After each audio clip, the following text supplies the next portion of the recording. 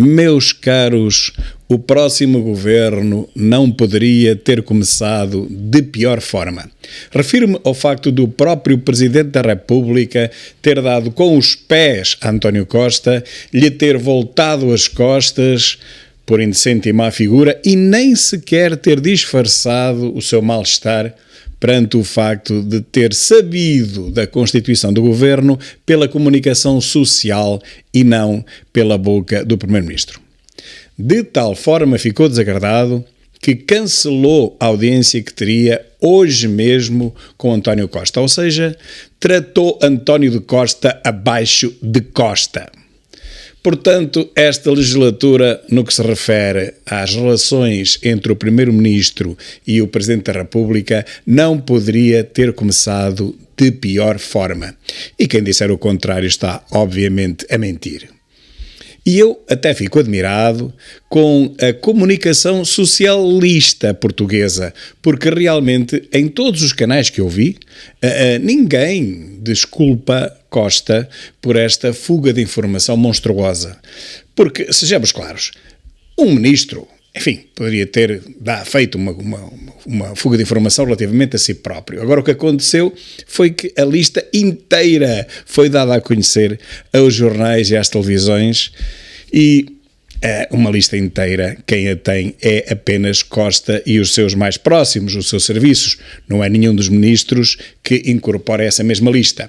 Portanto, Costa começa da pior forma e leva o maior puxão de orelhas dos últimos 6 anos, uma coisa envergonhante por parte do Presidente da República, que até aqui tem estado muito distraído, mas já mostrou que como é este o seu último mandato, e a propósito, também será o último mandato de António Costa, Marcelo não vai perdoar mais nenhuma frescura a Costa.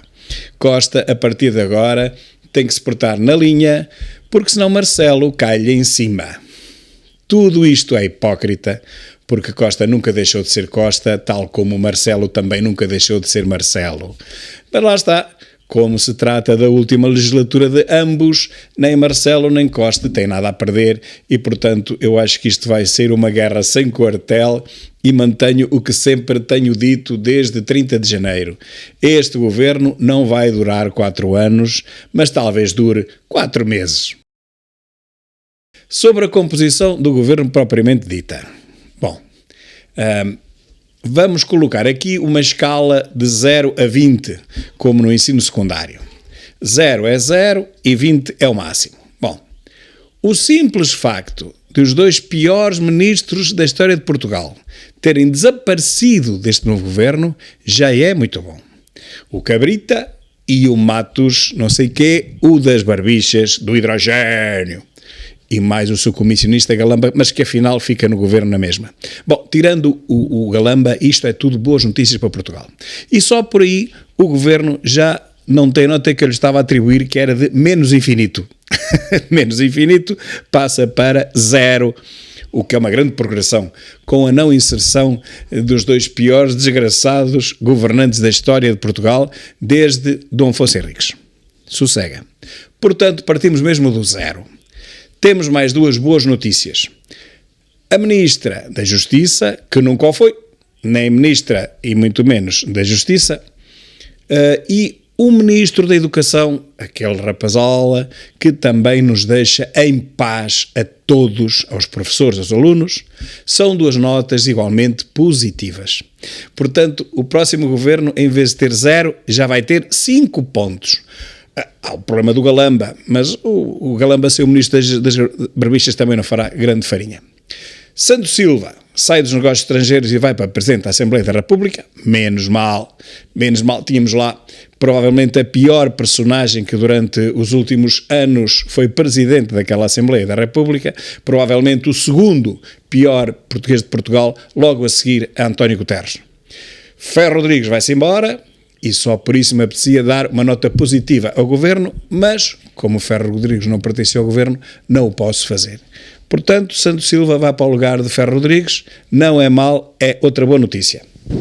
Mas, no entanto, esperem que começam agora as más notícias. E a primeira é que a Ministra da Saúde, ou será melhor dizer, a Ministra da Doença, continua a ser a mesma Ministra do SNS doente, moribundo. A senhora não faz ideia nenhuma do que é saúde em Portugal. A senhora com certeza nunca entrou em nenhum hospital público para se tratar a si própria nem à família. A senhora gera um sistema que não conhece e, ainda por cima, ela é comunista ou de extrema esquerda, ela nem é sequer socialista.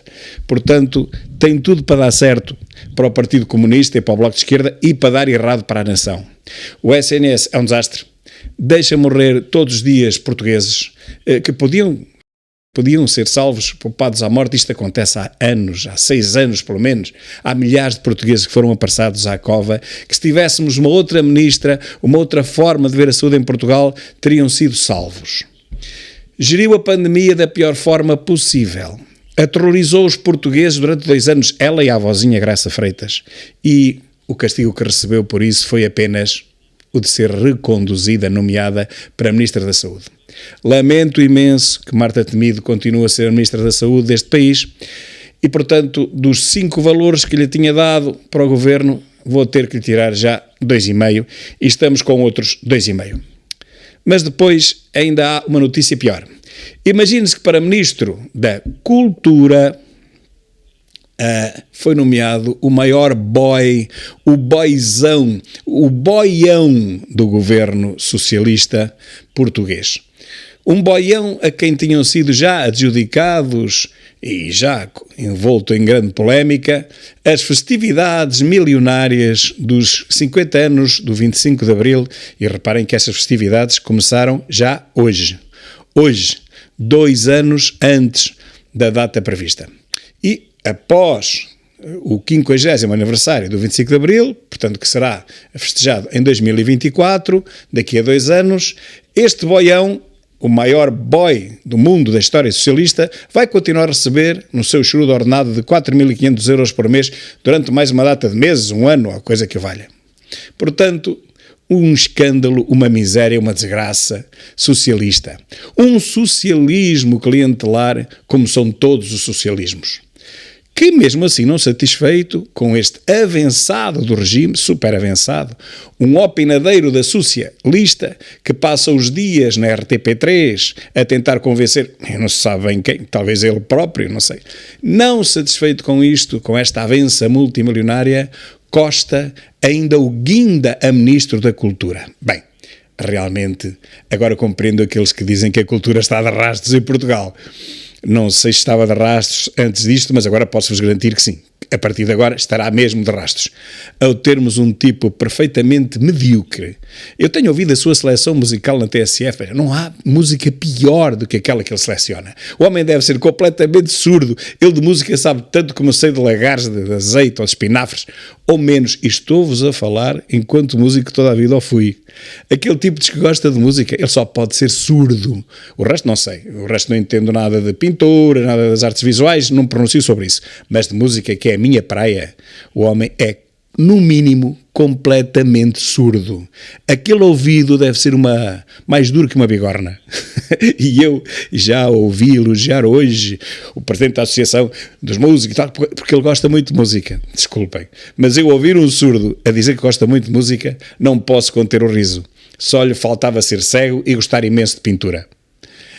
Mas agora a sério, o tipo é um comentadeiro 13ª categoria. É um indivíduo que só puxa para o Partido Socialista, pois ele é um socialista, sempre foi, um profissional, pertenceu aos quadros do partido, e portanto ele é um boy do regime, quer dizer, um indivíduo que vive à conta do Partido Socialista, chegou onde chegou, mediaticamente, comenta onde comenta, por causa do Partido Socialista. Se não fosse o PS, este seria mais um anónimo, não é?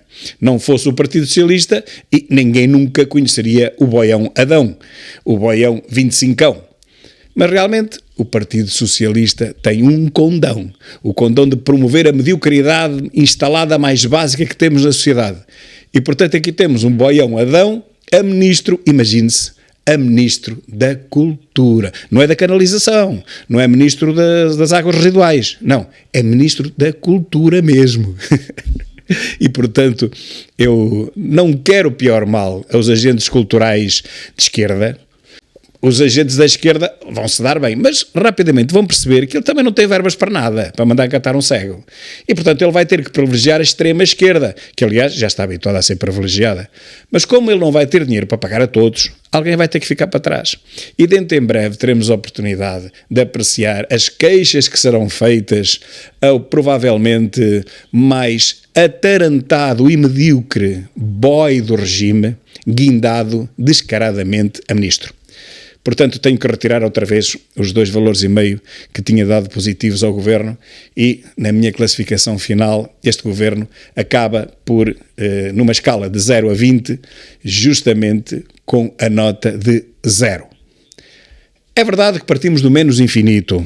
É verdade que se expulsaram alguns dos piores ministros e secretários de Estado da história de Portugal, mas manteve-se a temido, o inenarrável Galamba e guindou-se a ministro o boião Adão, provavelmente a pior coisa da nação. E para fechar aqui, deixo um recado ao boião Adão. Ó boião Adão, tu não vais aquecer esse teu lugar, não.